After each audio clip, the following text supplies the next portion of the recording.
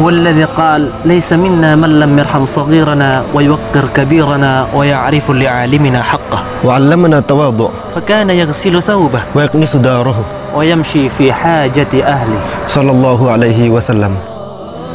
وهو القائد الذي كان يحكم نصف العالم، ورغم ذلك كله كان يحب المساكين ويقربهم.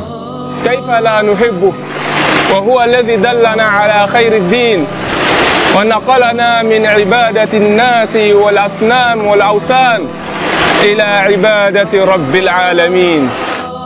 إن حب العالم لمحمد عليه الصلاة والسلام هو انعكاس للحب الذي زرعه في قلوب العالم. وكيف لا نحبه وهو نبي الإنسان يحزن لحزن طفل مات عصفوره. وهو الذي قال: يرحم من في الأرض يرحمكم من في السماء. كم نحن بحاجة إلى تلك الرحمة في عصر هانت فيه علينا دماء المسلمين. علمنا رسول الله صلى الله عليه وسلم أن زوال الدنيا أهون على الله من قتل رجل مسلم بغير حق. علمنا الرسول العدالة، لا فرق بين ألواننا أسود أبيض أصفر، نحب إسلام ونحب نبينا. علمنا رسول الله صلى الله عليه وسلم كيف تعيش العسرة على مبدأ المحبة.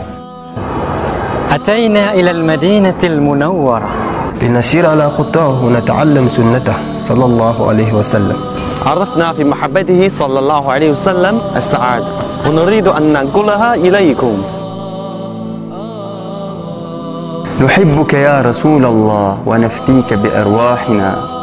ويا من تحاولون الإساءة لنبينا الكريم، تعالوا واقرأوا سنته واسمعوا كلامه. ستعلمون حقا أنه ما بعث إلا رحمة لكم، ستحبونه صدقوني. نحبك يا رسول الله. Дорогой пророк,